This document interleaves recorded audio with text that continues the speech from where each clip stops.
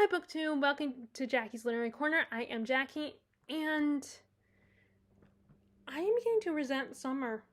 I used to like it and would always say to people, especially like when I first moved here, that, oh, I would rather be sweltering hot than freezing cold.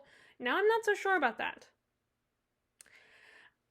Because, like, first of all, I have a job where I will, for an hour, I have to walk across the parking lot and bring in as many carts as I can. I cannot use the rope because of my,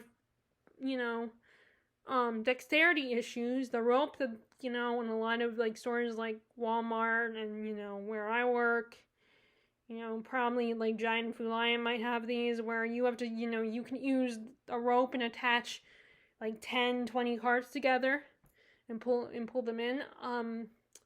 And I've had trouble with that. When I first started working there, in 2017, I had trouble with that. And so I opted not to use it. My mom was like, and my mom, was like, well, why don't you explain if people ask you, explain to them your issues. And I have done that, and people haven't bugged me in a while, but there are some people who have bugged me on occasion. So I try to take in as many as I can. And thankfully, there are some, baggers that are worse than me at bringing in, and doing the job. And in fact, there is one person that does not like the job, but I think he kind of has to do the job.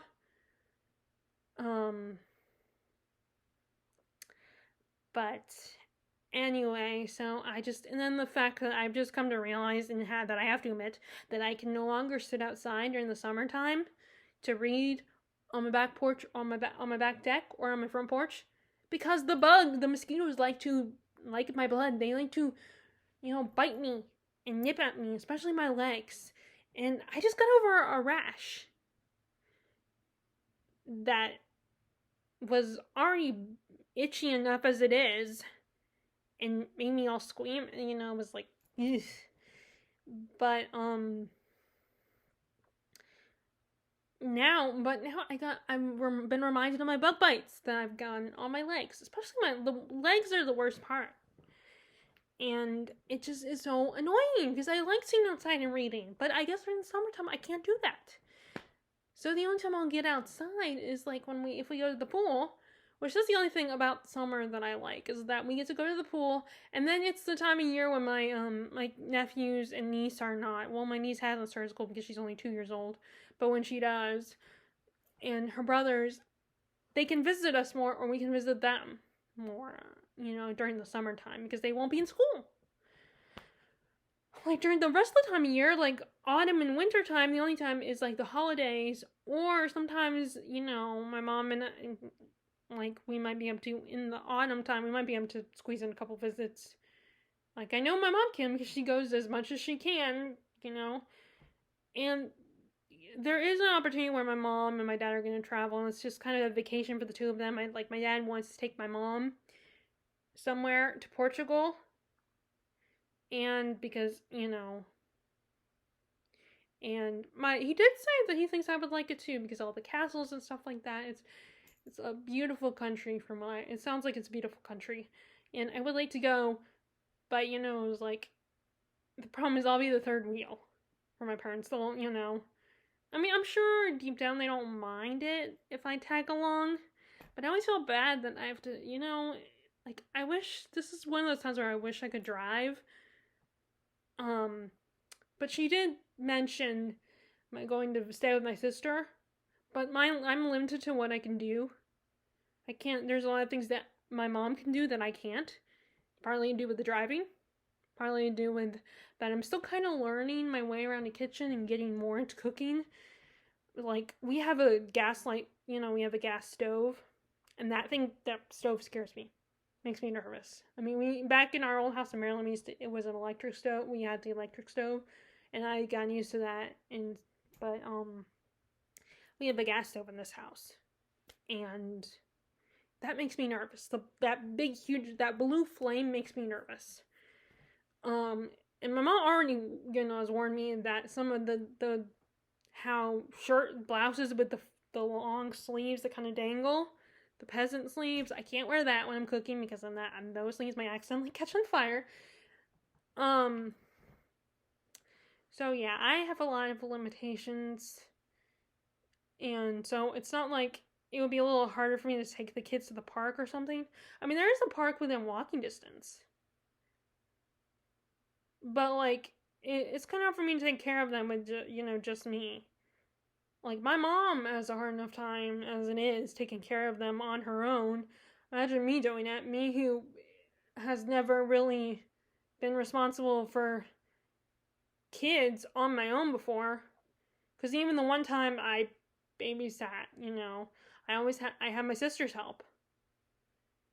And so I would love to do that, but at the same time, I think I can never do that because at least when they're this age, because I'm limited. So I don't know if I could as much as I would want to. So I don't know what's going to happen if my parents go to Portugal, if I'm going to tag along with them, because I don't like the idea, especially now that our dogs have passed. A few months ago, our rascal had passed away, and so I don't know how I feel about the idea of being by myself in the house. And my grandma, yeah, I could potentially stay with her, but I think it's a little stressful for her for having someone stay with her that is limited to what I can do. I think she's kind of apprehensive about that. And like, she still drives, but I mean, she can't really, I can't expect her to, I can't think of the word, drive me around, to places. And, like, my grandma doesn't do a lot. She mostly watches, in the springtime, she watches baseball. And during, the rest of the time, it's Fox News, if there's not a game on, and she looks at her iPad to look up what's going on, in her home country, or just catch up with her family members, or she plays solitaire. So it's like, she doesn't do a lot either. I mean, I love my grandma, but it's not as fun staying with her. It's kind of boring. But yeah, so I don't know what's gonna happen if my parents go to Portugal. My dad really wants to take my mom, but I don't know what's gonna happen. But anyway, so with that all being said, like I said, I need to feel autumnal. So I wanted to, even though I don't really do TBRs per se, or at least I don't, make them official, I wanted to talk about books that I would like to read in the September through November. But first, let me say what I'm currently reading right now. So I'm working my way through Firestarter. I like to go with kind of the theme of the month of summer, which is fire/heat/water. And I'm getting through it pretty quickly. I feel like with Stephen King, the longer, even though his books are super long, a lot of his books are super long, I feel like you can get through them quickly because, I mean, it still took me a long time to read this big boy, but,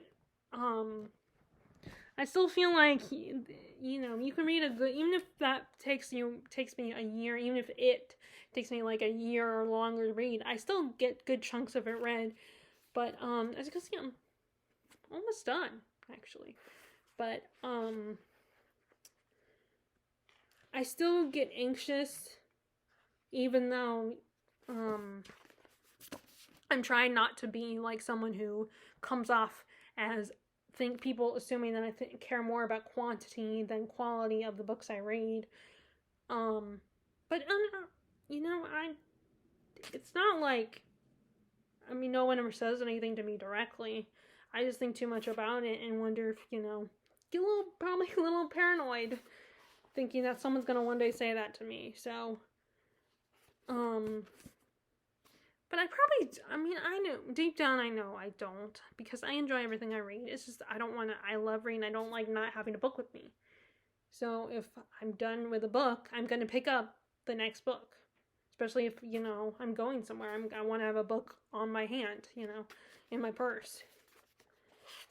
But but like I said, with Stephen King, the way his chapters are set up, it kind of feels like you can get through them pretty quickly. Of course, I'm having, I consider this a long weekend.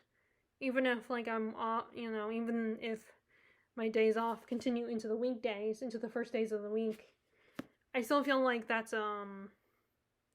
counts as a long weekend. Because, when I first started this job, and one of my complaints was, I feel like I don't have my weekends anymore, and the first thing my sister says is, well, consider these your weekend. If you're off, then that's your weekend.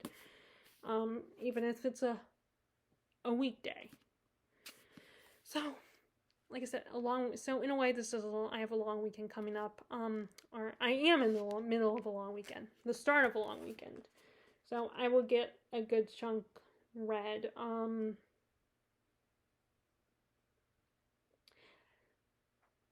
Of course, it has things in there that I know, of course, it's Stephen King, so unfortunately, he does have things in there that people are not comfortable with,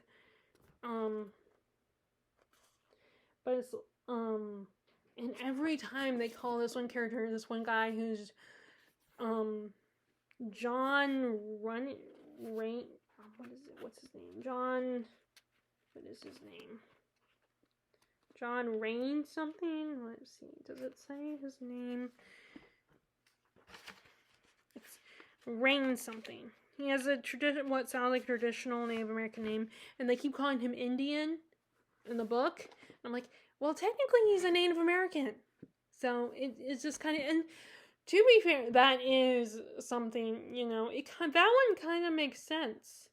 Because that one does make sense because, and I think I've talked about this before, that because you have the country of India, and the people from the country are Indians. So they're not Native Americans, they're from India. So I think that could potentially be confusing.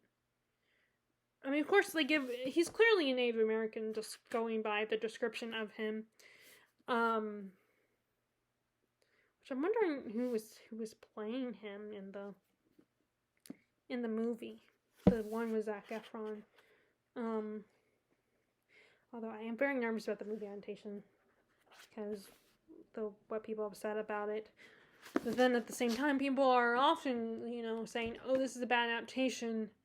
And it can either be one that's okay and not as bad as people think it is, or it can be like a good movie for the genre, but not necessarily the best adaptation. Like for instance, what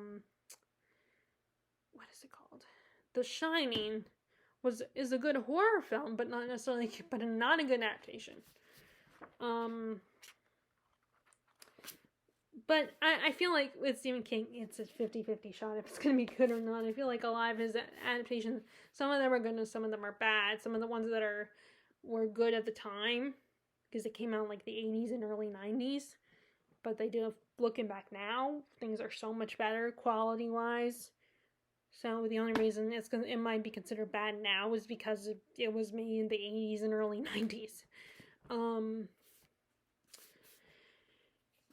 But anyway, so it's getting really interesting. And I like this character, John character, John Rainbird or something. I wish I could remember his name.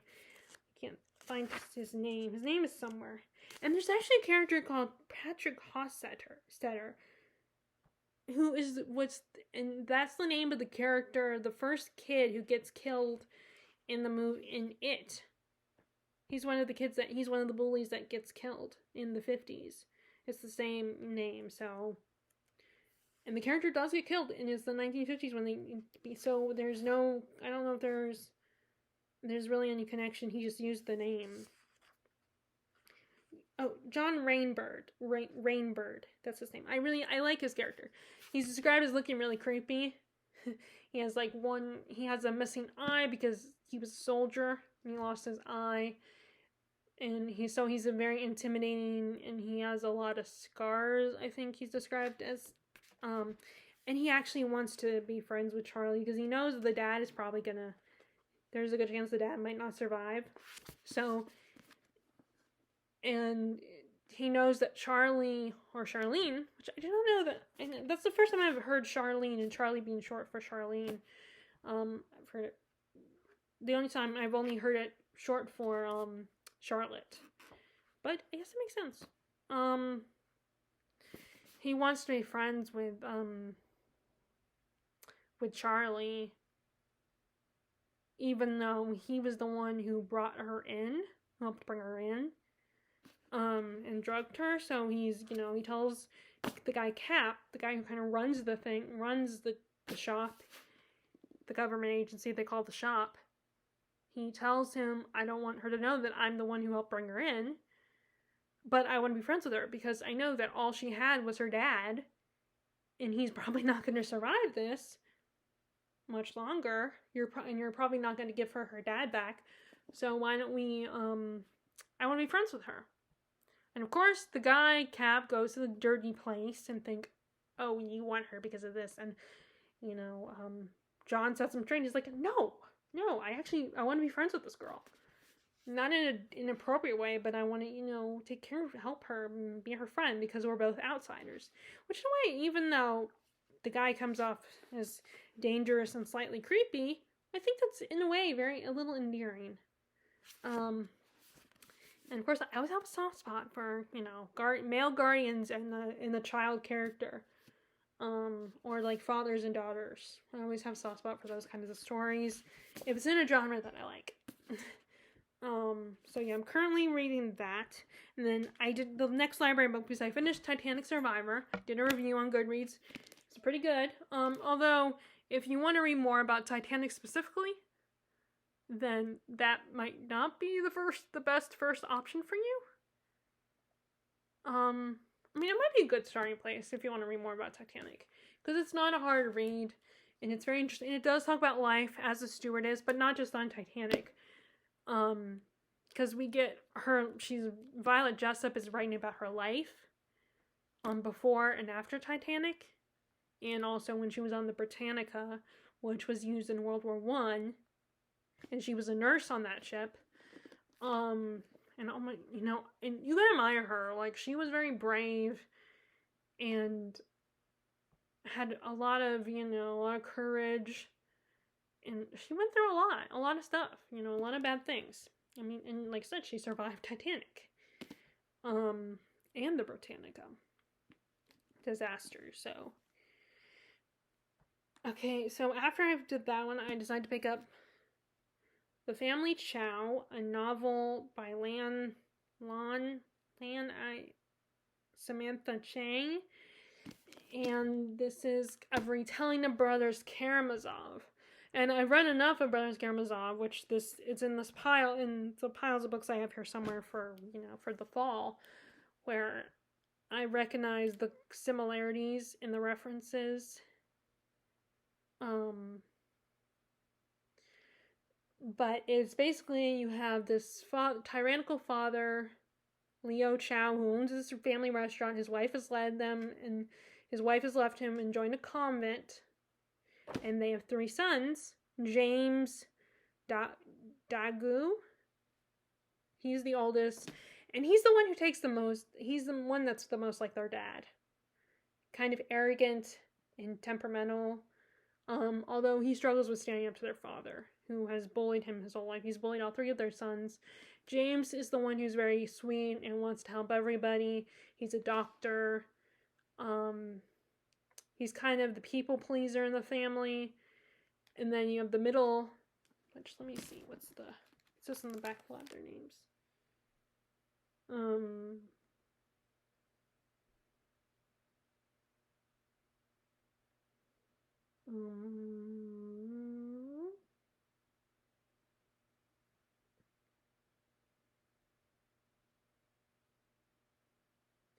Ming is the other brother. He's the financially successful one.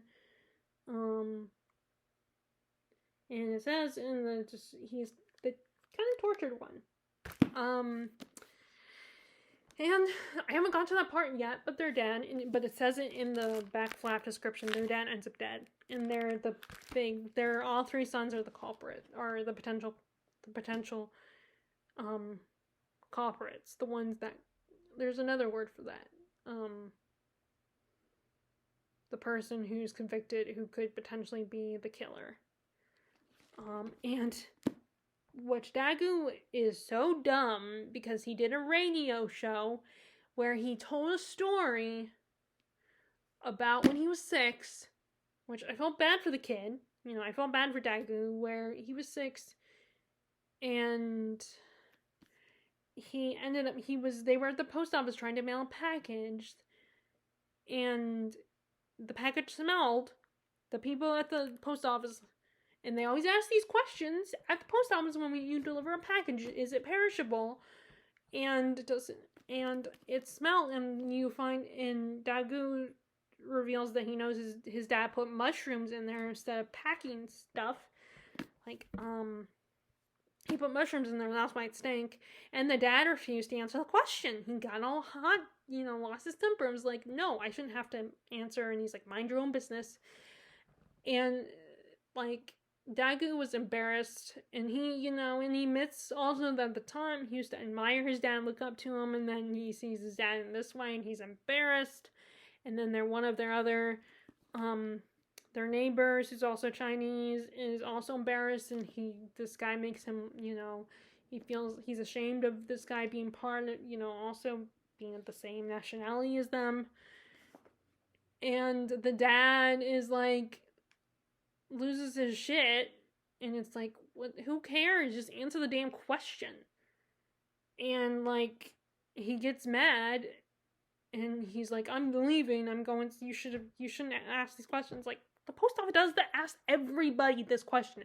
It's nothing personal against you, but there's a reason they ask if there are any perishables in there. And he's like, and Dagu tries to pretend that he doesn't, when his dad is all like, let's go, son. And he's trying to pretend like, oh, this is not my dad, I'm just happen to be following, going the same direction. And he calls him again. And, Dagu's so embarrassed. He tells his whole story. And then he talks about how he imagines his dad dead. And it's like, you dumbass. Granted, at the time he doesn't know. But he should not have said anything, because now, if it happens, we know that it's going to happen by the back flap. So it's like, he's going to be the number one suspect. That's the word suspect. That's the word I was trying to think of. He's going to be the number one suspect. Because he talks about it live on his own radio show. And, clearly, you know from the start, he already has issues with his dad. Like, he wanted to be partner in the restaurant with his dad, because he decided to stay in their hometown of Haven. And his dad was like, nope, I can't afford to make you partner. And he's like, let me show you the tax returns. And he's like, well, of course it's going to look like you can't afford on the tax returns, because you don't pay anybody. You don't do your taxes. He doesn't pay anybody. He hoards his money. And I have such mixed, these characters are so unlikable. Except for James. James is a sweetheart. He's likable. Ming's okay. But that's how it is in Brothers Karamazov too. The characters are very unlikable except for the middle brother, Alyosha. And that's who James, I think, is supposed to be, Alyosha. But it's also, they're unlikable, but there are times when you also you can see their point. Like, even with the dad, there were little things that I kind of did agree with him, but mostly I didn't agree with anything he said. Mostly. And I want to punch him in the face. I cannot stand the dad. But that's how it is in Brothers Karamazov. It's supposed to be like that. And so far, I really love this. And I do need to pick up Brothers Karamazov soon. I wonder if it's going to really spoil Brothers Karamazov in any way. I don't know, but, it's too late now, because I can't put this down, because it's a library book, so I eventually have to return it. But this is a pretty good book, and it's not as long as Brothers Karamazov. So if you want to, so this might be good, if you need motivation to read Brothers Karamazov, then maybe read this one first. And then, read Brothers Karamazov. Attempt to read that one. But like I said, that book is somewhere in this pile. Somewhere. One of the books I want to read. So I'm reading that, and then once I'm done with Firestarter out of my own books, I want to read the Stardust things, which I've already started it, but then I was like, okay, let me just get back to Firestarter and read the library books, and then I'll get to that. But Stardust Thief is kind of like 1001 Nights, a retelling of that. I've read enough to meet our main characters.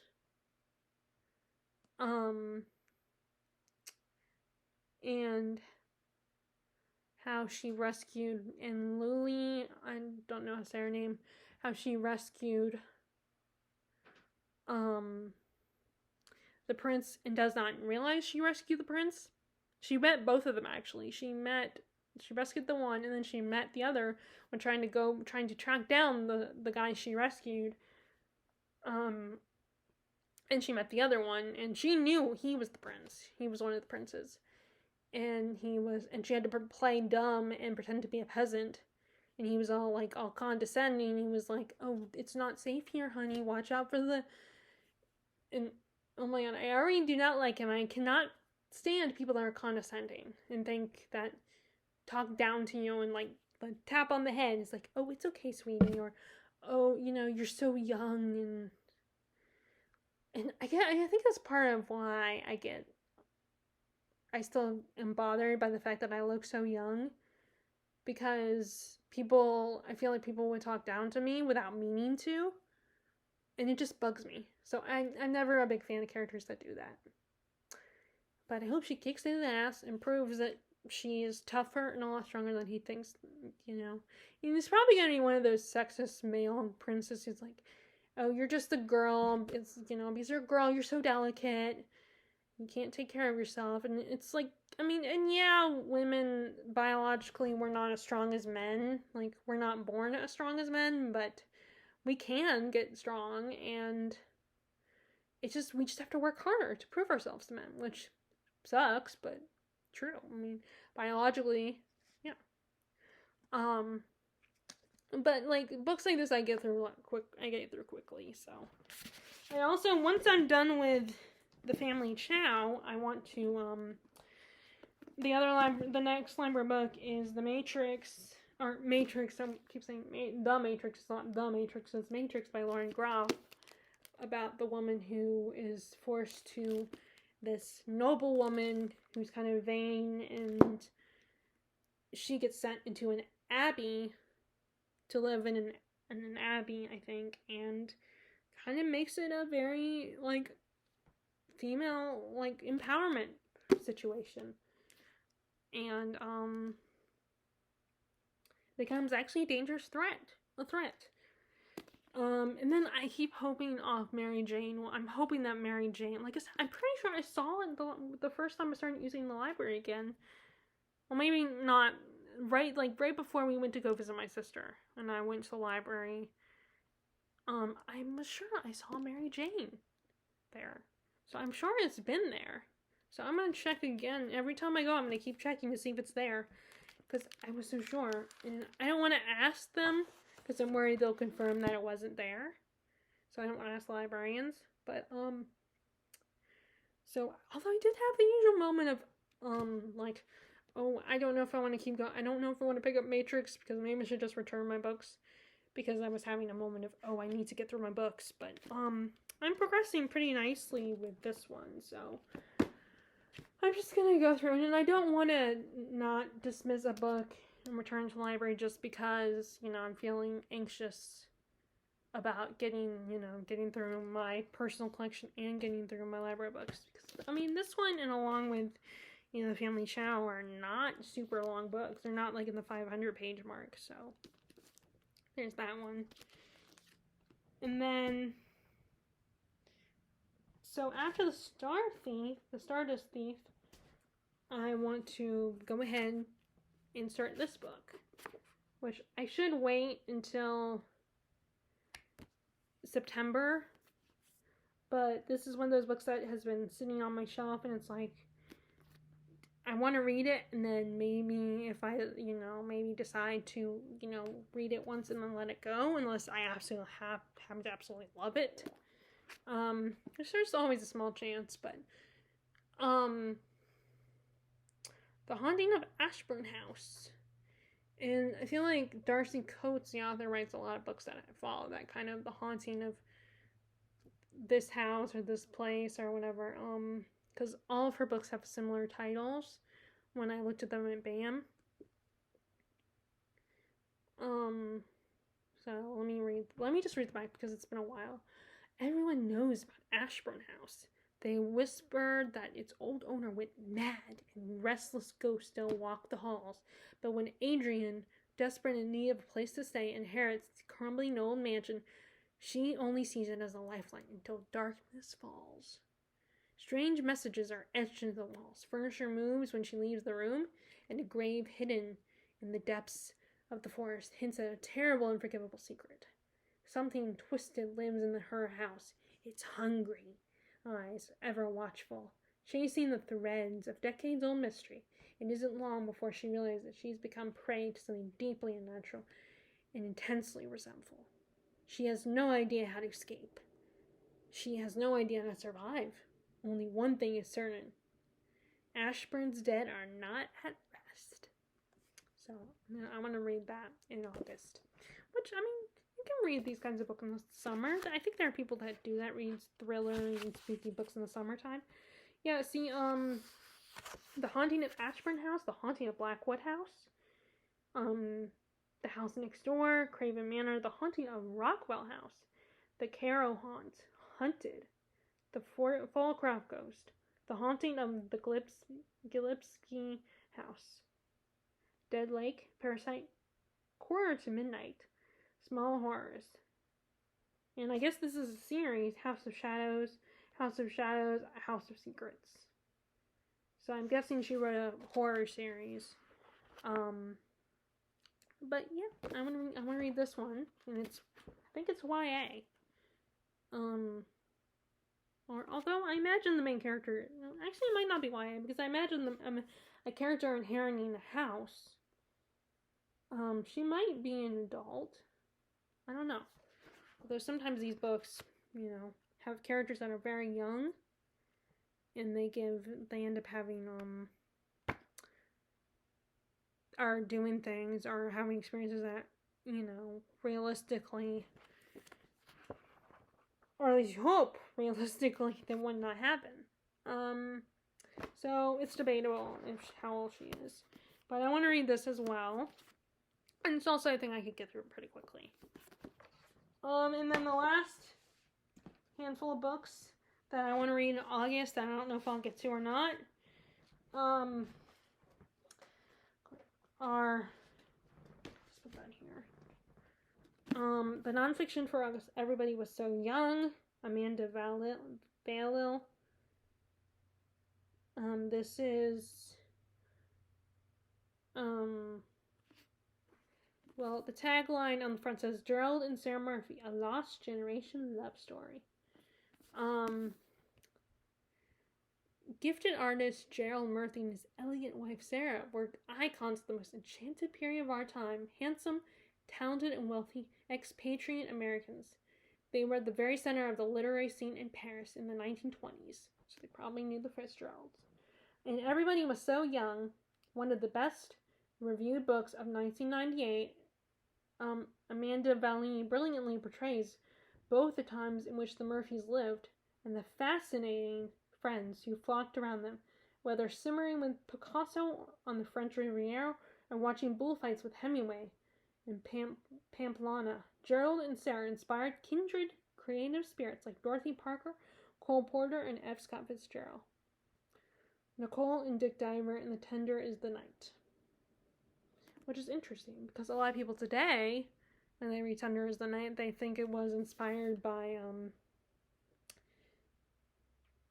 Fitzgerald and his wife, Zelda. But this one says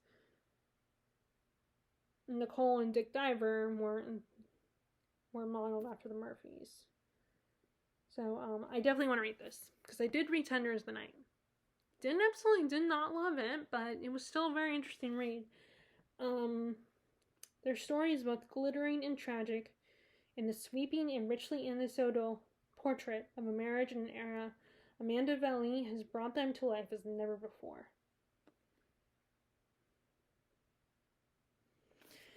So it's kind of a biography. So I want to read this one, and I want to at least start it in August. These last three I want to at least start in August. And then we have The Emperor, The Death of Kings, the second book in the Emperor series. And I do have, what is it? The Decline and Fall of the Roman Empire by Gibbon.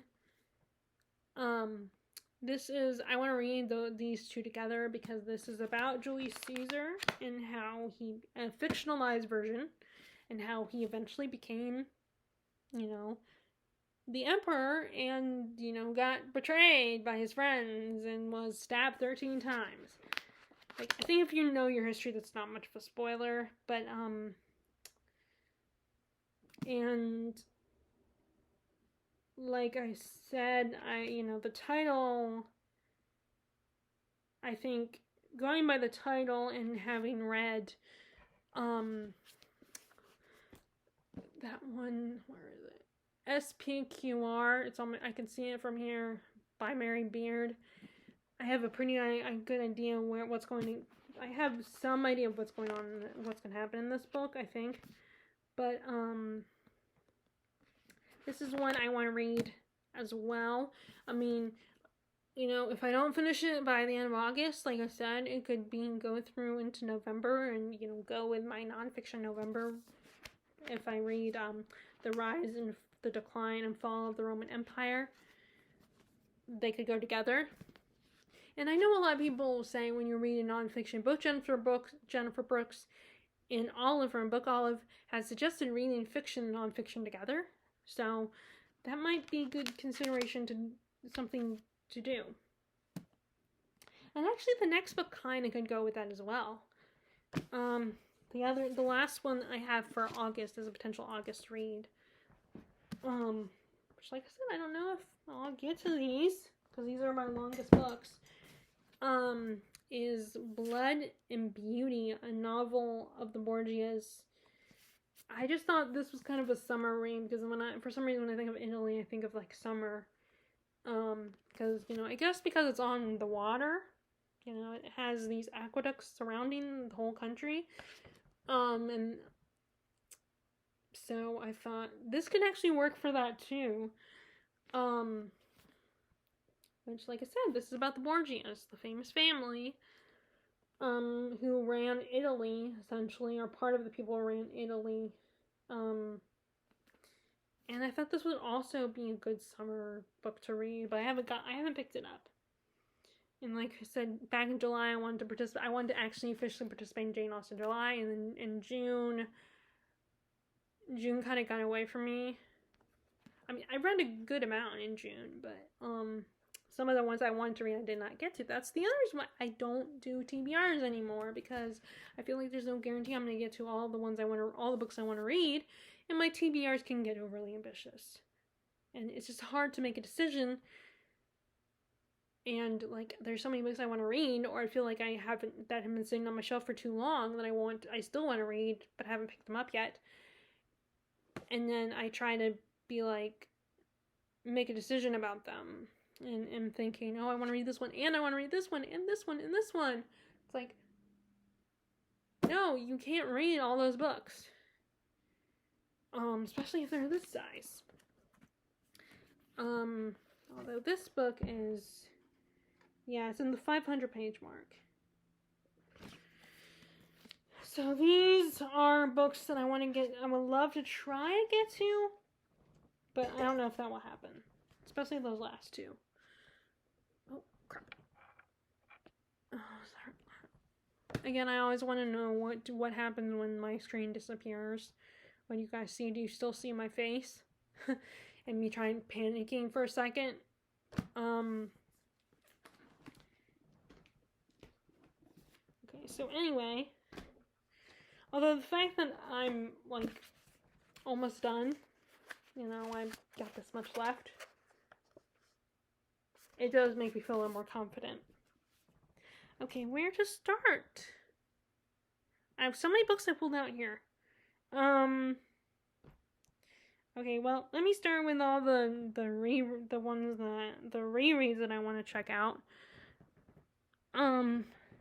So I've been meaning to reread all of Kate Morton's books, and I was like, oh, before I read The Clawfinger's Daughter, I should read the other ones.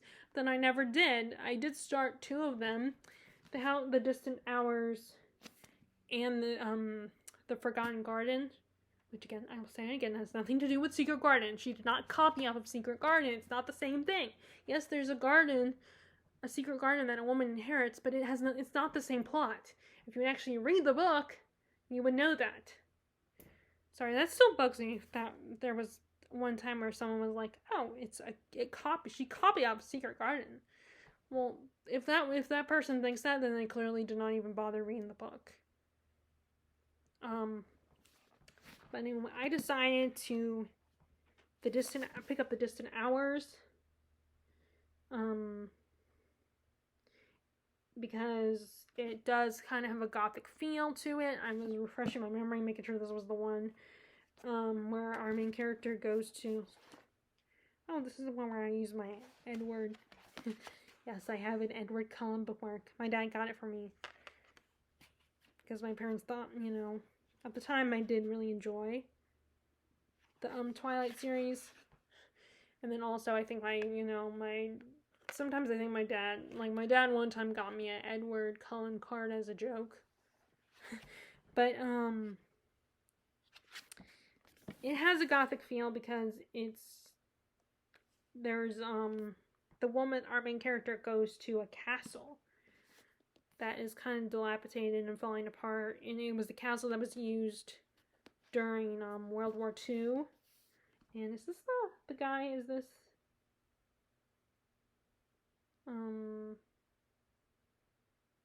Maybe it's not. Maybe it's not this one. Maybe it's the House at Riverton.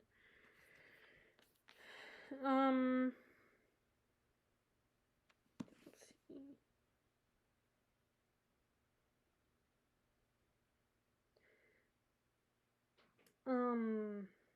I don't know if this is the one with the father who was the writer.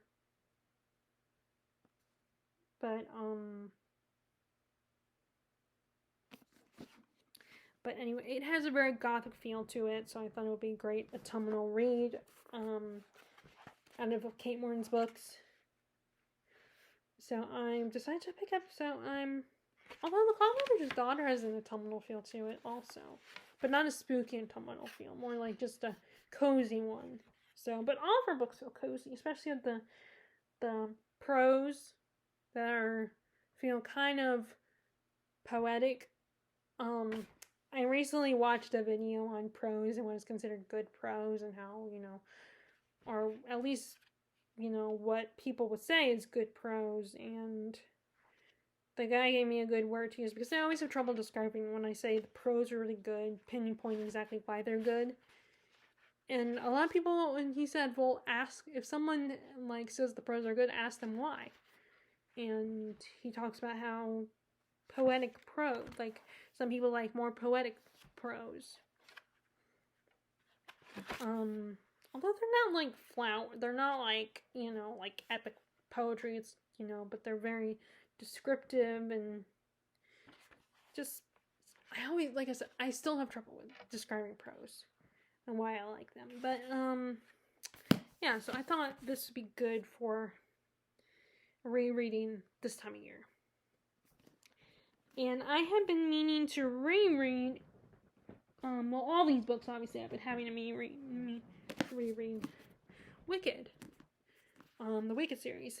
And I had given my original copies, my first copies of the books, to Larissa, one of my best friends, when we moved. Because I was trying to go through my books and, unhaul some books. Because, it's kind of hard to carry books when you move. So I gave her my copy of the Wicked series thinking, I enjoyed it, but maybe I can move on from it and let it go. But then, I ended up, years later, I decided that I wanted them again. So originally I bought the mass market because I was still kind of like, mass market is, is cheaper sometimes and easier to travel with because they're so small. But then, BookTube has has made me realize that I kind of prefer these size paperbacks over mass market. And, although I almost wish I bought a different copy, but I do like this cover as well as the original cover. It's the same kind of style that he uses in all his books when they first get published. The extra, there's like a window and an extra flap, and the image that's kind of like a painting in the inside. But I do like the cover they use for the musical. So there's not a movie cover, but this is a musical cover. And I like the raised letters of the title, Wicked. But, I've been wanting to reread this. And I do believe they're still thinking of adapting it. And, for a while around the time when Glee was on the air, they wanted, Lea Michele to play Elphaba because she has a beautiful voice. Although she's not a nice person. She comes up, or at least that's what I hear, that she's not the nicest person. And now I think now they're back to working on it again, and I don't know who is being cast. I don't remember off the top of my head. But yeah, they're thinking, and I hope it comes out because I would love to see this on screen because, I get people's criticisms of turning musicals into movies and how it's a different kind of medium, and sometimes there's certain musicals that just are better as stage shows than movies. Like a lot of people make the argument, like Lindsay Ellis made a good argument about why Hamilton could never be a movie because she feels like the way it's set up, it's better as a as a musical, as a stage show. I shouldn't say musical, but as a stage show, that's what I mean. And the same thing with Rant, the movie was not as good. Like the way it's set up it changes things when it's a movie. But I'm still a fan of making musicals into movies. Like stage shows into movies. I always love that. I like that way because Broadway, you can't go to Broadway regularly unless you buy a DVD copy of a live recording. You can't go to shows regularly, and I like the idea of having those musicals in a movie. I did have Rent, the stage show, on DVD as well, but I never watched it, so I did put it in my donation pile. But it's also not my number one favorite musical. I still like it. I still enjoy it. But, put it this way, when Lindsay Ellis did her video essay critiquing Rent, and it's considering its flaws, even though it's a fun, which I like that video. I thought it was a very interesting video discussion. And, that was the one where she pointed out why it's better as a stage show and that the movie was missing something, in her opinion.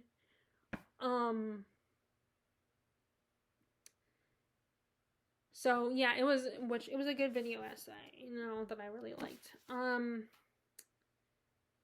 I don't know how she would feel about Wicked, unfortunately, as a movie. But I personally want to see it. I'm eager to see a movie version of this. So I need to read this. It's 4 books long, and I actually never finished the series anyway, so I need to finish the series. So I figured, let me go reread this as well. And there's another book in this pile of rereads that it's the same situation where I never finished the series. In case you don't know, by chance, this is basically the story of the Wicked Witch of the West, her origin story from The Wizard of Oz, and how she was friends with Glinda at one time, and how she's not as evil as people thought she is. There's a reason why, and of course, like a lot of villain origin stories, there's a reason they aren't the way they are, and why they've gone down a dark path, and it fills in the blanks of a lot of things, a lot of things. And it's really, and it's very adult. It's not a kid's story. But it's still like a really great and very intriguing take on the Wicked Witch of the West. If you are, you are one of the handful of people that is not familiar. And it's 4 books long. You have Son of a Witch is the second book, and it's about her child, her son. And then Lion Among Men is the origin story of the Cowardly Lion. Or not the origin story, but where he went after the events with Dorothy, what the direction his character went. Although, well, I guess we do get his origin story as well. But we also find out what happened to him after Dorothy left. And, of course, it does talk about the Tin Man and it explores the Tin Man and the Scarecrows as well. But there's not a book focused about them. And then Out of Oz is the last book, but I don't know what that's about out the top of my head. I have to get the book to show you, which I now finally have a copy of. The only one I don't have a copy of is Son of a Witch. Or at least not in this edition. So let me go ahead and show you the other book from a series. Well, actually I have 2 books from a series that they were rereads.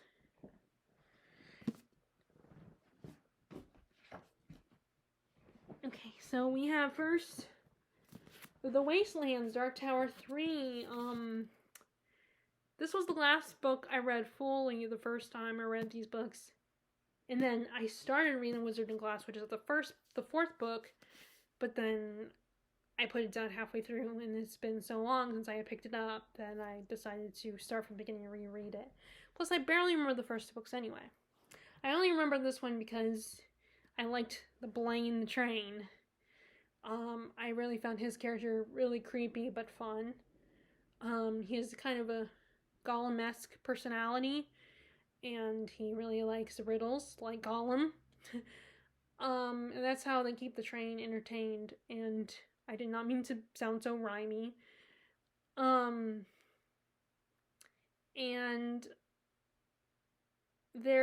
I don't know why, but despite this cover, I kept thinking of Blaine looking like Thomas the Tank Engine.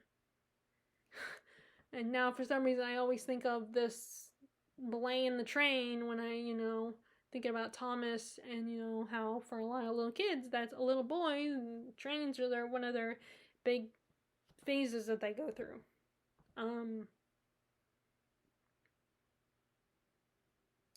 So yeah, so I need to pick this one up now that I read the first 2 books. I liked the first one, and I really liked the second one where we introduced Roland's Quartet, which, in case you don't know, this is one of his Stephen King's major fantasy series. It's a 7-book long series, and you have this man named Roland who is the last gunslinger, and he's hunting down the Man in Black. And after his fortune is told by the Man in Black, he is going down a path to find the Dark Tower. And along the way, he comes across a dimension into our world, and he meets Eddie Dean and Savannah Eddie Dean and Savannah Walker, if I remember correctly. Their names correctly. And Eddie is a drug addict, and he was gone into it because of his brother, and Roland kind of gets him out of a sticky situation, and he becomes Roland's Quartet. And then you have Savannah, who is a woman with a multiple personality, and she's also a Black woman who is severely handicapped.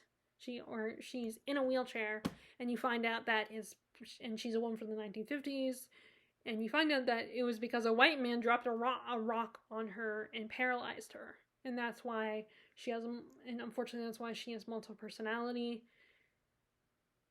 And like I said, she's paralyzed because of it. And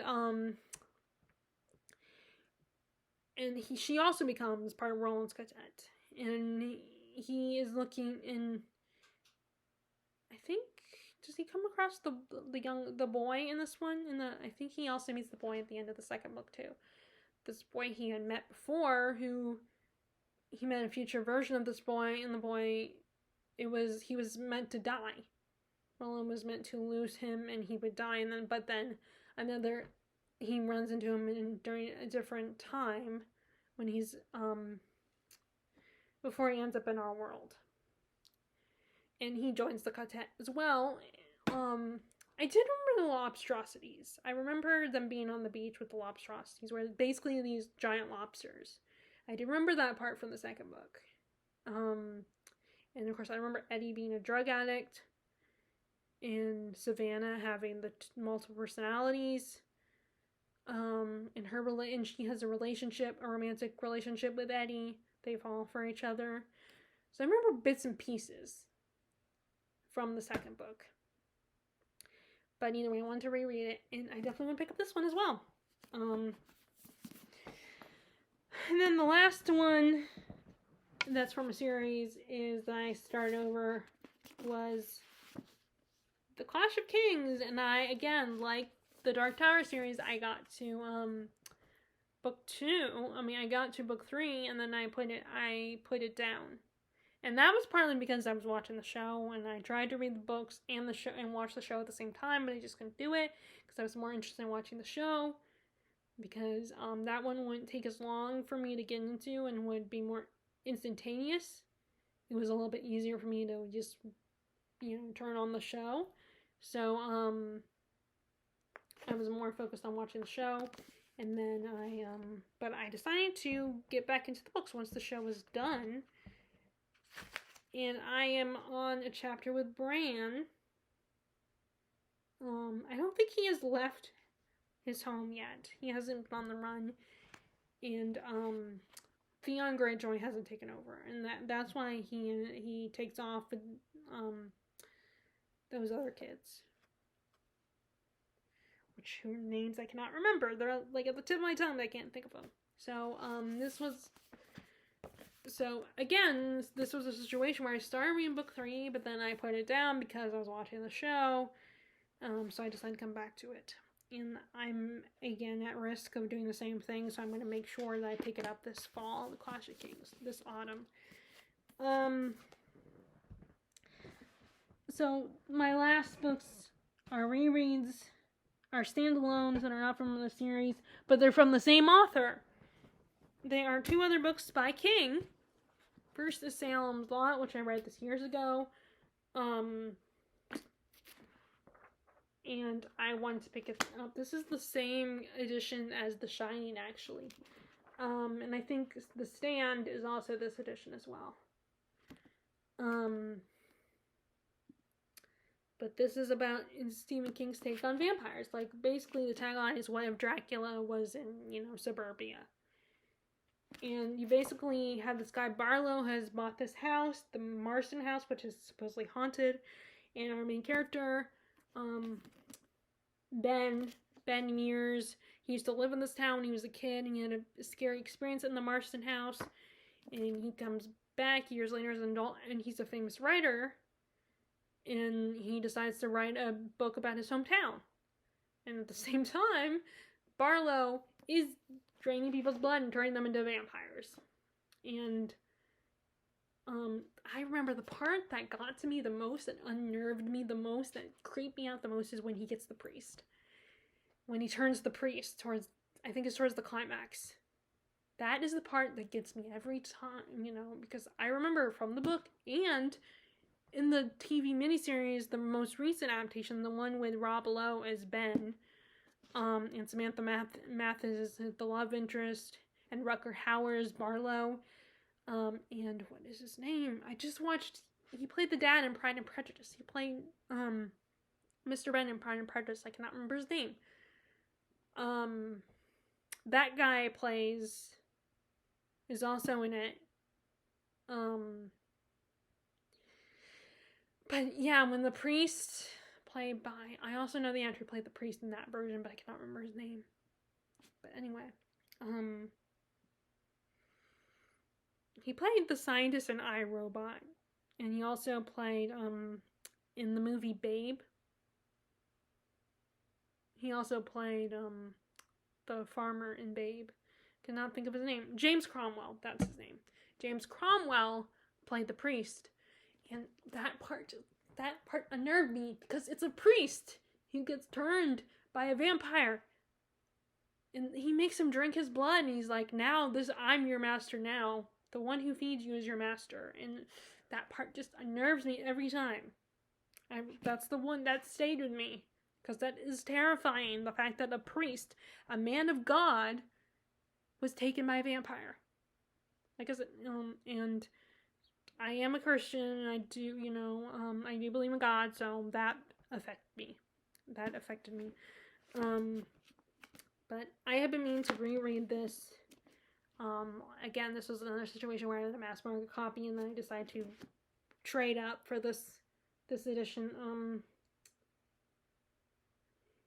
And see, like, he has 3 sections in this book. The Marston House, The Emperor of Ice Cream, The Deserted Village, and then the epilogue. It's part 1, 2, and 3. So, the way his books are, like I said though earlier, the way his books are set up, I feel like I get through them quickly. I mean, like, it can still take me a long time to read, but I still feel like I get through them really quickly.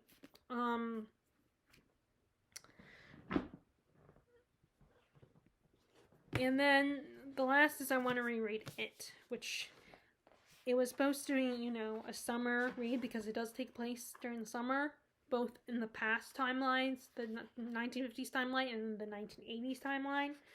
But let's face it, that's probably not going to happen. I mean, I guess I could start it. But the only thing about reading having multiple Stephen King books on this list is, I mean, granted, he's not like a lot of authors. He's not like Dickens or Tolstoy or, Dostoevsky, where his writing is a bit of a, he's easy reading. But it's like, do you want to read 2 Stephen Kings at the same time because of what he, it's not about the writing. His writing, he's very readable. It's just the stories are kind of intense, and some of them can be creepy or intense, if not downright scary. So it's like, do you want to read 2 Stephen Kings at the same time? But see, like, look, I've read a good chunk already.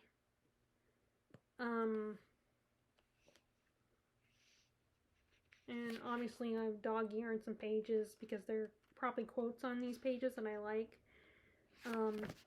See, that's why dog-ear doesn't super bother me, because I still dog-ear, but that, of course, I don't dog-ear to mark the page. I most of the time only dog-ear because, well, yeah, technically to mark the page, but because of a quote on there that I like, or like if I want to annotate that page,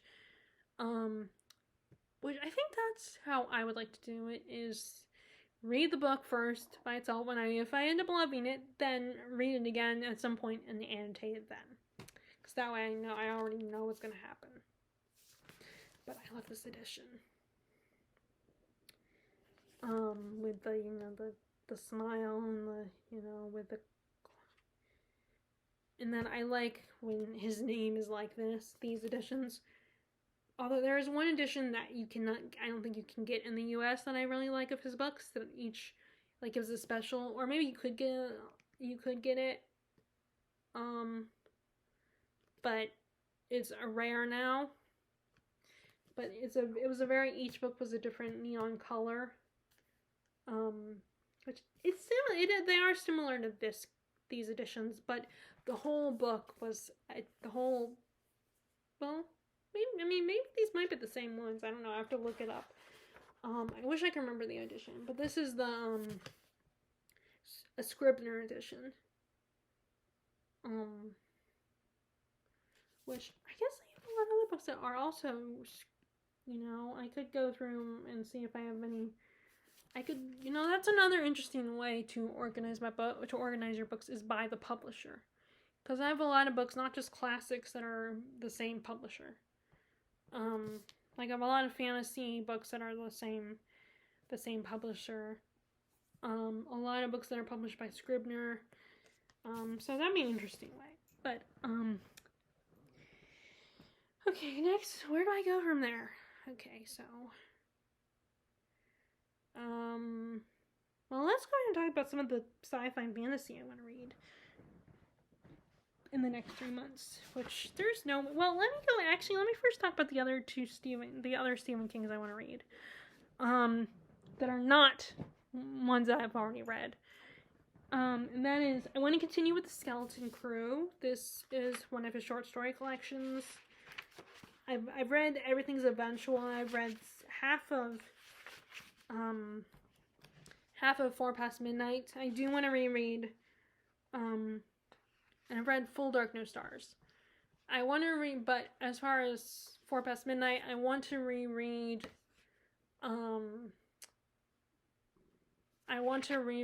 Secret Garden. I mean, well, I guess it's not a reread, but I saw the movie adaptation of Johnny Depp, which his short stories are perfect for 2-hour movies because they're short stories. So, yeah, so this is also the same edition as it. See, I like this, the way his name is. And what's good is that his name, yes, it's like central folk. It's up at the top because it's Stephen King. He's very famous and puts out a lot of books. But it's not like the title of the book is sacrificed or, the image. His name doesn't overtake. Like, it bugs me if an author's name, no matter how successful or famous they are, it still bugs me when it overtakes, because it's this author's work, so it's priority. And it's like, no, I just care about what the book is about. I don't care who wrote it. But, this is one of his collections, and, I need to reread the last one I read, because it was a poem or a song, Paranoid a Chant. So I need to reread this one. But, it was one of these things where it was, like, quick and easy, so I figured, let me just include that in the ones I've read from this collection so far. Okay, so now I need to read them. Okay, so the last one I read, like I said, is Paranoid a Chant. So I need to read The Raft, Word Processor of the Gods, which I'm excited about that one. The Man Who Would Not Shake Hands, that should be interesting. Beach World. The Reaper's Image, Nona for Owen. And that's his son, by the way. Owen is his son. Survivor Type, Uncle Otto's Truck. Morning Deliveries, Milkman number 1. Big Wheels, A Tale of Laundry Games, Laundry Game, Milkman number 2. Grandma, which I wonder if that has anything to do with like a grandma. I wonder if that has anything to do with an actual grandma. The Ballad of Flexible Blue and The Reach. And then they have notes, which I don't think that's a story. I'm assuming that's notes on the content. So I don't know how many I'll get to. Like I said, maybe I'll try, because I have it divided into sections. Let's see if you can tell. And this is kind of what I did with the Fitzgerald collection. I divvied it up into sections.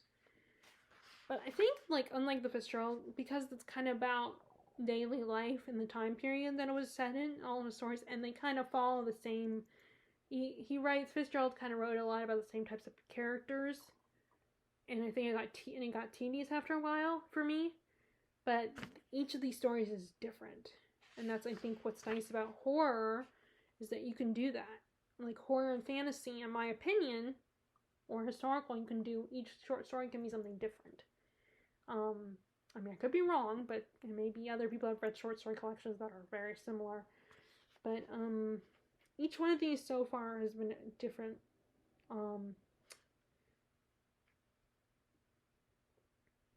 So that's why I think I like short stories from Stephen King. Why I haven't had, so far, they've been either I really enjoyed them or they've been just okay. Which I almost wish I had kept the Kelly Link stories because and given them another chance. Which I could rebuy them if I wanted to. Although ideally I would rather buy them at a place like the Roast Office, but I don't know. I've never seen them there, so I don't know, maybe I'll read, like I said, I'll read The Raft on page 293 all the way maybe up to somewhere in the next little section I made for myself. Which the last one is, this is 489, and that section is the last story, and then you have stories. You have and then the last section of the whole thing starts on page 495 to 633. Which is another thing about short stories, is even though it can be long and chunky, the only reason is that you can get through a lot because it's all different stories. So I can read this in sections, which is what I've done. Okay, and then the last Stephen King I have here, I think, I don't know if there's any Stephen King over here, but is The Stand, complete and uncut edition.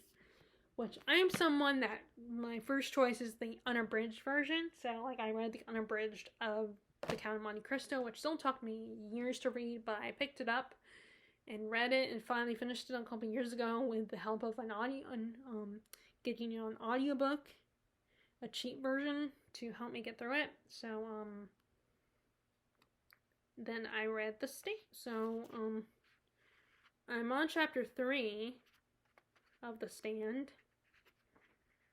Which is basically an apocalypse story where, like, the universe was half the human race was wiped out by a virus, and I think that's why a lot of people were hesitant to read this time of year, because of COVID. Unfortunately, has hit us.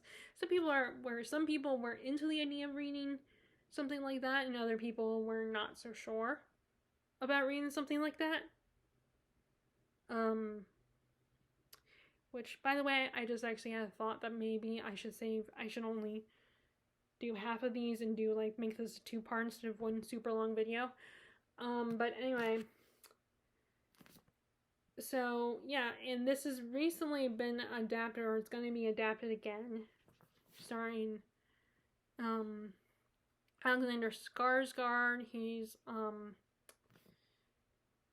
and Whoopi Goldberg is going to be in it, and a few other people. Obviously, and it's kind of a story about, like, good versus evil, and like I said, this virus hits, and half the human population has been killed off, and you have this group of people that, there's people that follow this one guy, what is his name, you have Mother Randall Flagg, and then you have Mother Abigail, she's going to be played by Whoopi Goldberg in the adaptation, and Alexander Skarsgård is going to be Randall Flagg, and he's kind of seen as the bad guy, and Randall Flagg is a running character in Stephen King's works. You'll probably recognize the name, or you might. But there's that. And then we have, so I want to pick up that and continue that one. Okay, so there's all those. And then, let me talk about some of the sci-fi. Okay, so I've got the next Dune book, Children of Dune. Just a little longer than Dune Messiah, but it's not as long as the first Dune book, the original Dune. So I'm guessing this is the next generation. Paul Atreides and, what is her name? I cannot think of her name. Let me see if it says it.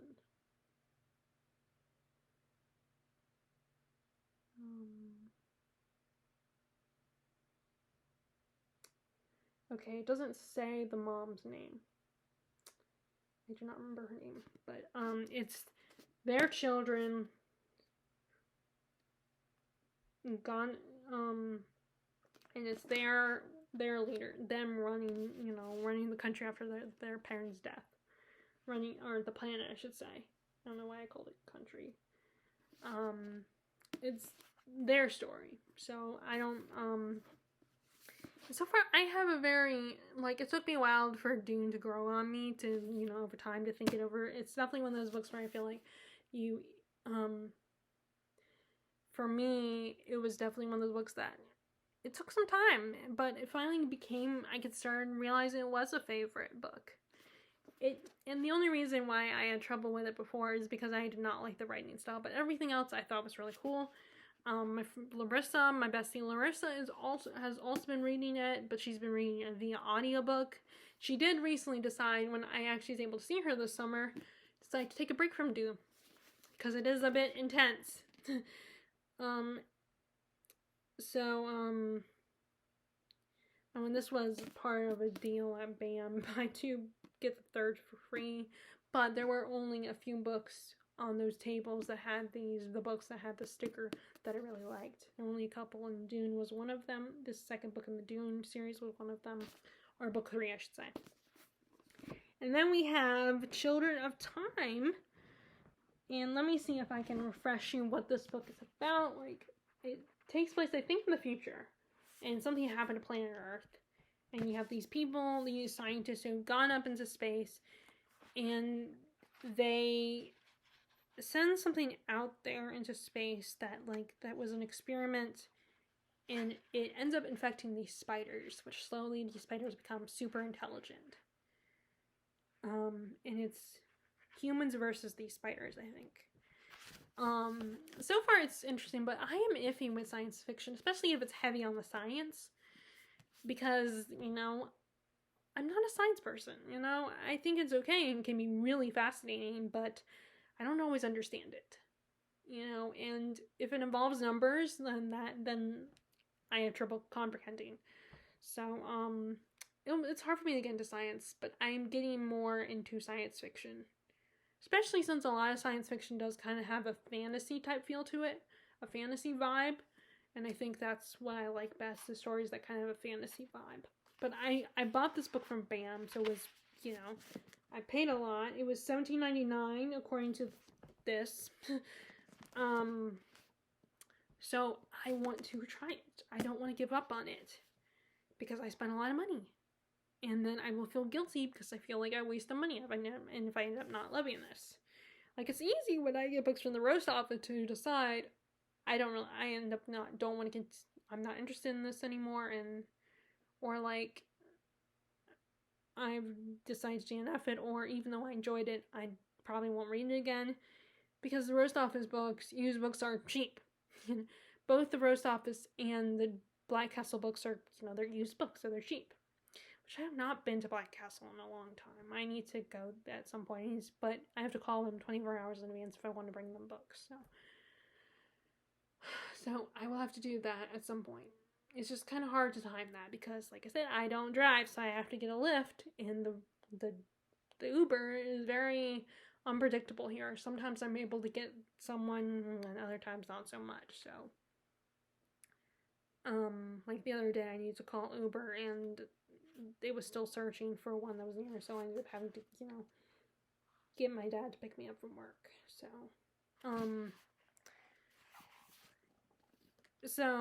it's kind of hard for me to plan that. I do need to call him at some point. Like, my mom's always off on Wednesdays, so Wednesdays are good. And she's off on Thursdays as well. So it's really Monday, Tuesday, although they're closed on Monday, I believe. Monday, Tuesday, Friday, and Saturday are the days where it's, there's no guarantee. Unless my dad stays home. So yeah, I really want to give this book another chance. I don't want to give up on it. So these are some sci-fi. As you can see, I'm trying to get more into sci-fi. So this next book is one that I would like to consider, is one that for autumn is one that it's not technically a reread because, it kind of is, but it's also one that I ended up DNFing. So it kind of does belong in that first pile I showed you, but this is Anne Rice's The Witching Hour. This was a trilogy This is a trilogy. And because Anne Rice passed away this year, I thought about reading it as an honor to her. And I even suggested to Terry, who is a fan of Anne Rice's vampire stories, to also do that. I suggest, although she probably doesn't remember because it was a while back, quite a few months ago when I suggested that to her. Because it was actually when Jennifer Brooks, who was a fan of her works, had suggested on one of her videos where she talks about that she made when Anne Rice had passed away. So and this was I wanted to get into this, but at the time I wasn't sure if I liked the direction the story was going, and I decided to DNF it, but I'm giving it another shot because at least I know where it's going to go anyway. The only problem is, I might have to order books 2 and 3 online. But I always liked her writing, how she had so much rich history and really dived deep into her characters and who they were. And I like how it was a story where we get, this kind of a history. Like, I like when you read fiction that's kind of has a nonfiction feel at times, where you're reading about someone's history. That's the nerd in me, but, yeah, so this is the first book about the Mayfair witches, and we also have a guy, one of our main characters is a guy that has the power of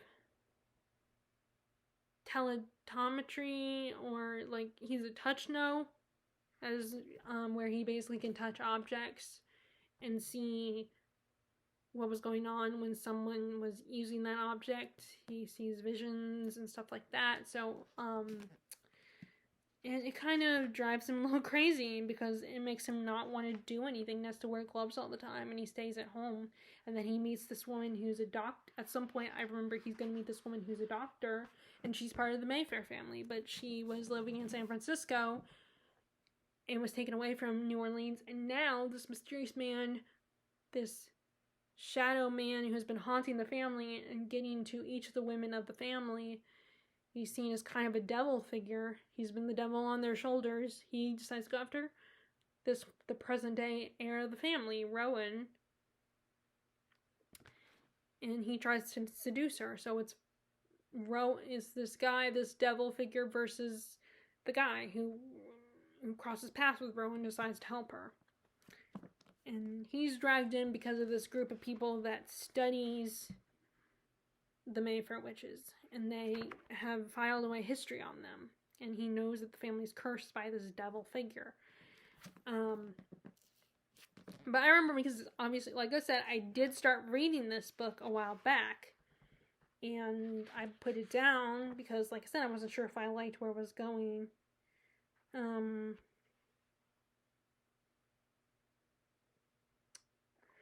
But I kind of wanted to start with these first. And the only work that I downright hated by her was the Sleeping Beauty trilogy. But I'm not into erotica or anything like that anyway. And I just not like that book. I read the first 2 books, and then I stopped by Beauty's release. I just wanted to know if Beauty was going to escape her situation. And she did recently publish the 4th book in the series where Beauty is now doing the same thing that happened to her, but in a friendly way where the people have autonomy and, can decide if they want to be sex slaves or not. But it's under a different name. But we have her vampire interview with the vampire, the Feast of All Saints, Cry to Heaven, the Vampire Lestat, Queen the Damned, and the Mummy. That's her vampire series. So I wanted to read that, and then I'm almost done. I think after I do this side of books, I have my books divided into 2 piles. So I think after I get through this pile, I'll probably stop and do a part 2 to this, because I have a lot of books. Okay, so then we have this is the second book in a series, the Powder Mage trilogy. I finally bought book 2 because when I last went over there, book 2 and book 3 was not at BAM when I finished book 1, which was called Promise of Blood, and I really liked I really enjoyed this. This was a series that was kind of inspired by the French Revolution, and our main character Thomas is trying to hold things together because they just won and defeated the nobles, and he's just trying to hold things together and run the country and make sure no one else takes over. No one, and his son, he's trying to also deal with his son, and there's a lot of tension between the two of them, and it turns out that his son is friends with a noble, and he asks his son, I don't trust this guy, so you might have to kill him. And it puts a damper on their father-son relationship. It kind of ruins things for them. And it kind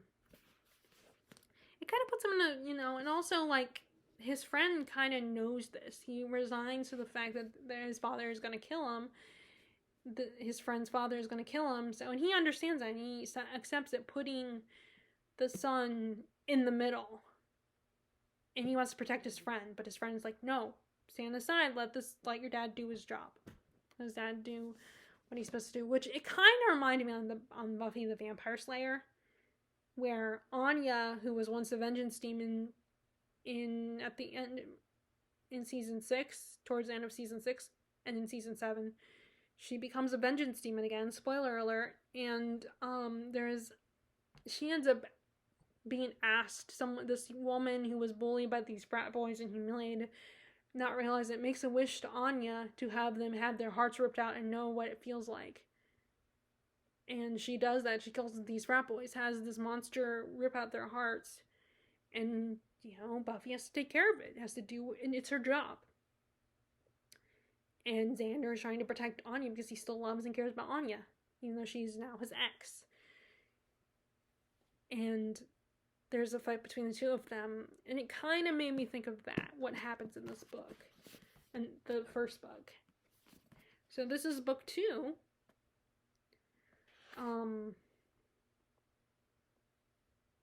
And you have, okay, so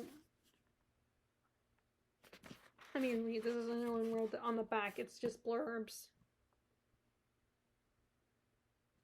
Okay, so when invasion looms, Thomas's invasion of Kez ends in disaster when a Kez counteroffense leaves him cut off behind enemy lines with only a fraction of his army, no supplies, and no hope for reinforcements. Drastically outnumbered and pursued by the enemy's best, he must lead his men on a reckless march through northern Kez to safety and back over the mountains so that he can defend his country from an angry god, Krushmir. And there's gods in this, by the way. And I like the magic system where it's basically inhaling powder. It's like cocaine. And it kind of highlights how it can be addicting. And I like that because I think magic, I can understand where it, because I think magic could potentially be addicting. But the threats are closer to home. And Adro Inspector's adamant wants only to rescue his wife. To do so, he must track down and confront the evil Lord Vetaz. He has questions for Vetaz concerning his enigmatic master, but the answers will lead Adamant on a darker journey. Who will lead the charge? Thomas's generals bicker among themselves. The brigades lose ground every day beneath the Kez onslaught, and Kresimir wants the head of the man who shot him in the eye. With Thomas in his powder cable, presumed dead, Tanel's two-shot finds himself on his last line defense against Kresimir's advancing army. That being, Tanel being the son. Which I don't know if you're supposed to say that like Daniel, the name Daniel.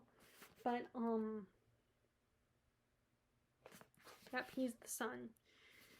So, yep, there's a god, and I really like there's another god that is introduced in the first one who's really good at cooking. I really liked him. His character is really fun. and he tries to warn them about Kresimir and tries to stop them. I think Kresimir is like his brother or something. But yep, I gotta pick that one up too. Now this next one is one that has been sitting here for a long time. It was one of the fantasy books I feel like I need to get to. Now there are several other fantasy books on the other side, which will be in part 2 of this. But The Ruin of Kings by Jenny Lyon. And this was a book that originally that Elliot Brooks and Jessie May had tried to read this as a group read. Now they weren't big fans of it. They didn't like it, I remember. And I remember Jessie May being confused by the storytelling writing style because it's told between 2 different people. You have the person who's holding this, our main character, as prisoner, and she's telling her version of the story, what she knows, because she has this ability to see inside your head and inside your memories. And then you have our main character who the flashbacks are about, and he's telling his version of the story. So it kind of goes back and forth, and it can be a little confusing. And I did start reading this, but then Jane Austen July happened, so I was like, I want to stick to that, so I ended up focusing on that. And so I've been meaning to pick this book back up again because I actually like it. I'm fine with the 2 different stories. And I've been meaning to pick this up for a while. This is The Ruin of Kings, if you haven't. And I've been meaning to continue this for a while. It's one of the books I've had for a long time. And like I said, it was originally I had the mass market copy, and now I bought a new copy.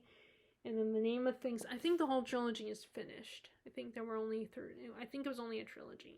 So you have The Name of Kings, The Name of Things, of All Things is the next book. And like I say, I kind of like the back and forth of the narration. I think that is interesting because you can get the whole story. Because sometimes the main character is in the dark about some things, and the other person can fill in the blanks. But I really like this, and also it's one of these things where the main character, who's destined, turns out the prophecy of his life is actually he's meant for evil or darkness. He's meant to go,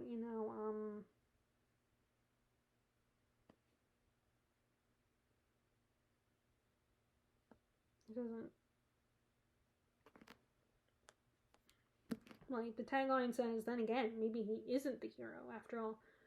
For Kieran is not destined to save the Empire, he's destined to destroy it.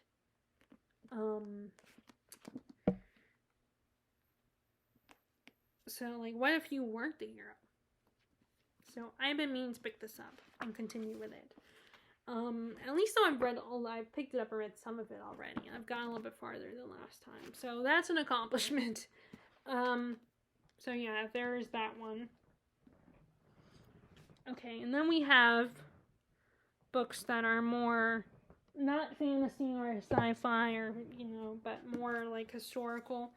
First we have The Name of the Rose, which this is a very famous historical, very popular, and this could be probably a classic at some point, considered a classic. It's basically about a murder that happens in an abbey in Italy, and this brother William of Baskerville is asked to investigate, and he kind of becomes a bit of a detective, and it's considered a very dark academia type book, and it's just, I have mixed feelings about the the setting of the book, and the fact that it's historical, in 1300s. I've had, like an on and off again relationship with that kind of setting, a medieval kind of setting, but it just sounded so intriguing, and I want to keep trying to get into this type of time period, this medieval setting. And this one is really, you know, like I said, really popular and considered, you know, might be a classic in the future. And it's not a hard read. It's just, like I said, the setting is, sometimes I can get into that, sometimes I can't. But the fact that it's in an abbey makes it very interesting. Like, kind of reminds me of like a closed, locked room kind of mystery where there's only one place and the killer is probably still in the room with you.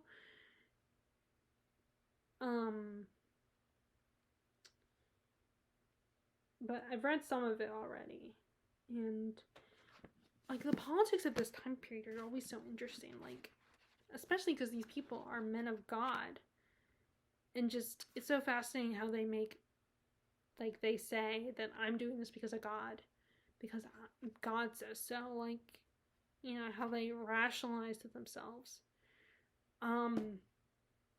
It kind of reminds me of Sanctius, but probably a more literary type of story than what Sanctius was. That was more in the vein of Dan Brown works, where it's not like it's not quote unquote literary, but it's not very deep, but still really fun. While this one is more like could be considered more, has to have more depth, and like I said, more literary. But yeah, so there's that one. I want to continue. I want to try that one, and this is one of my nonfictions that I want to read. I mean, I could save this for October or November, nonfiction November, but The Devil in the White City by Eric Larson. It was one of his popular works about a guy that kills people during the Chicago World's Fair. And it was a very big deal at the time in the 1930s. And I just think the atmosphere of the World's Fair would be so much fun to read about. Very, very dark and like I said, true crime seems to be the one true crime book I read, Midnight in the Garden of Good and Evil. It read like a story. It read like a fiction. So I feel like this could potentially do that. And it's one of these ones where you have to probably get me in the right mood for it. But it just sounds so interesting. Like the fact that this guy, like, sorry, ignore that if you can hear that. Larissa was responding to text I sent her. But I feel like it could be really intriguing reading about the fact that this guy was able to kill people during the World's Fair. It's actually kind of smart that he chose the World's Fair because there's so much chaos. So much is going around. So he could easily hide. And no one would notice at first until you found the dead body. So it's like sinisterly clever of the murderer. But that's another one which I could potentially save this for November. But I might start it now. Again, for some reason my phone decides to alert me more than once. Be like, don't forget to check your text. That's what it feels like with my phone. How it alerts me more than once. When someone just texted me, then they'll have to remind me, oh, don't forget to check. It's like, I will check when I'm ready. It's really annoying when my phone does that. But yeah, and like I said, these books kind of read like fiction in a way. Which, like I said, that normally this is not my kind of thing, but I thought I'd try it. And maybe this will motivate me to give Mr. Mercedes by Stephen King a shot. But I don't know if I'll ever... Okay. So, next is another one that I've had on my radar for a while, and I got it from the library. And that is, The Luminaries by Eleanor Catton. And I remember when this came out, it was a big deal and everything, and I got it from the library. But like I said, see how long this thing is, and I don't like getting super long books at the library, so I finally bought it, a paperback, from the post office. Actually, I was very excited about this, and I started reading this. And it's very interesting. I like the writing style. Very poetic prose. And I don't know if it's fantasy or not. Maybe it's magical realism. I don't know. But it's during the gold rush, set in New Zealand. And it feels like reading Dickens. That's the writing style. It feels very Dickensian. And it's really interesting seeing these, and I haven't got far enough to really give you a lot on it, but I definitely want to. Okay, that's really annoying. I should have kept my phone on do not disturb. Well, I should have put on do not disturb when when Marissa sent me, so that I wouldn't have to hear in the middle of my video. Or I guess I could have added to the text, don't message me right now. But then I didn't know how long I was going to be filming this, so. But yeah, I definitely want to pick this up because I enjoyed what I've read so far, and it's a big commitment. It's one of those books where it's not hard to read, but I do want to focus on and read a good chunk of it. So, some of these books, like I said, I might not get to them. But, you know me, I'm overly ambitious and pick a lot of books, and that's why I don't do TBRs anymore, says the person who's filming this video. Okay, so the next book is definitely, the next one I have here is a very recent ad, although not that recent because but if I hadn't gotten it, I would never read it. Maybe I would in the future. But this was something that my sister's college roommate, she's also a reader. I mentioned her before. My sister, when she came to visit, she brought 2 of her books with me and gave it to me, and she was like, and she told my sister that I don't care what you do with what your sister does with the books. She can keep them or donate them. It was just one of these things where she had decided to read them, and then when she was done with them, she was like, I'm good with them now. Probably a fan of Marie. I imagine she's probably a fan of Marie Kondo, and that's why she does that. Where Marie Kondo's like only keep 30 books, 30 potentially be, or not only keep 30 books, but if you can, try to limit yourself to 30 books at the most of 30 of your favorite books. Which I know that really got a lot of people on BookTube up in arms because they didn't like the idea of keeping only 30 books. But, Marie Kondo, she doesn't own us. She doesn't tell us what to do. If we don't want to go, she doesn't expect us to go along with her plan, her suggestions. But, yeah, I imagine because, I don't imagine that, Wings, the roommate, is probably not that kind of person who keeps a lot of books like I do. So, this is The Personal Librarian, which I think I've seen this book before. And actually I did not realize it was written by 2 authors. Marie Benedict and Victoria Christopher Murray. I did not know that. It was by 2 authors. But, let me see what this... In her 20s, Belle DeCosta Green is hired by J.P. Morgan to curate a collection of rare manuscripts, books, and artwork for his newly built Pierpoint Morgan Library. Belle becomes a fixture in New York City society, one of the most powerful people in the art and book world, known for her impeccable taste, in her shrewd negotiating for critical works as she helps create a world-class collection. But Belle has a secret, one she must protect at all costs. She was born not Bella DeCosta Green, but Bella Marion Greener. She's the daughter of Richard Greener, the first Black Heart graduate of Harvard and a well-known advocate for equality. Belle's complexion isn't dark because of her alleged Portuguese heritage that lets her pass as white. Her complexion is dark because she is black. The Personal Librarian tells the story of an extraordinary woman famous for her intellect, style, and wit, and shares the lengths she must go to for protection of her family and her legacy, to preserve her carefully crafted white identity in the racist world in which she lives.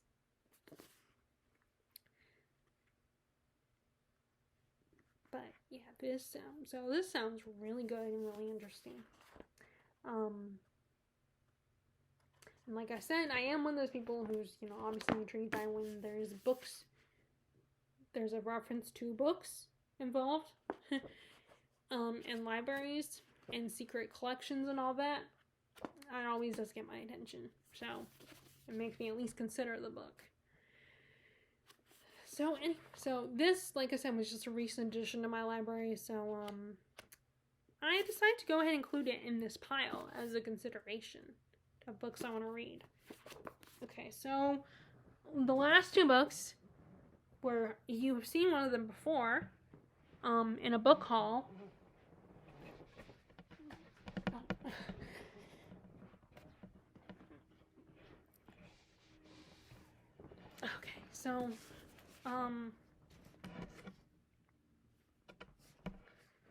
Okay, so first we have my recent purchase of King Lear, Barnes & Noble edition.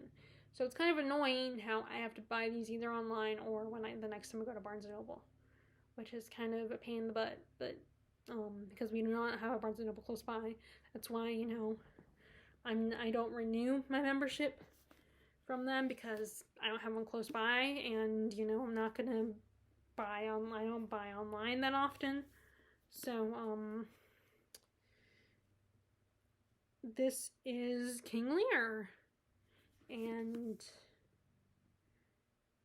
I don't really know a lot about this play, except for it's Shakespeare, and I think King Lear is dying, and his children, he's trying to decide which of his children should take his place on the throne, I think. And he might be going a little crazy. And I figured if I'm gonna read Shakespeare, I should read in this size edition. And so far, I like this one, and I like the Folgers. So, editions of these. And then I figured I would want to read these two together, because this is a retelling of King Lear, The Queens of Innislear, where you have, it's from the perspective of his daughters, the princesses. And I don't know if he actually has daughters in the original story or not. But, I figured I would read these two together either way. So I want to read, Tor. Tor is one of the big fantasy companies. Brandon Sanderson's books are often published by Tor. So, that's what I was trying to think of. And I thought it'd be interesting to read these two together. So I can read these anytime. But, anyway, okay, so that is the end of part 1. I'm gonna make part 2 for this collection. Although first I'm gonna get some lunch because I'm hungry. So, I will do part 2 right after I eat lunch. And I hope you guys like this video and weren't too bored by it and found it interesting, and give this a thumbs up if that's the case and you liked it. And please subscribe, and you can click the bell icon if you want to be notified when I post new videos. I hope you're staying happy, healthy, and safe, and I will talk to you all later. Alright, bye!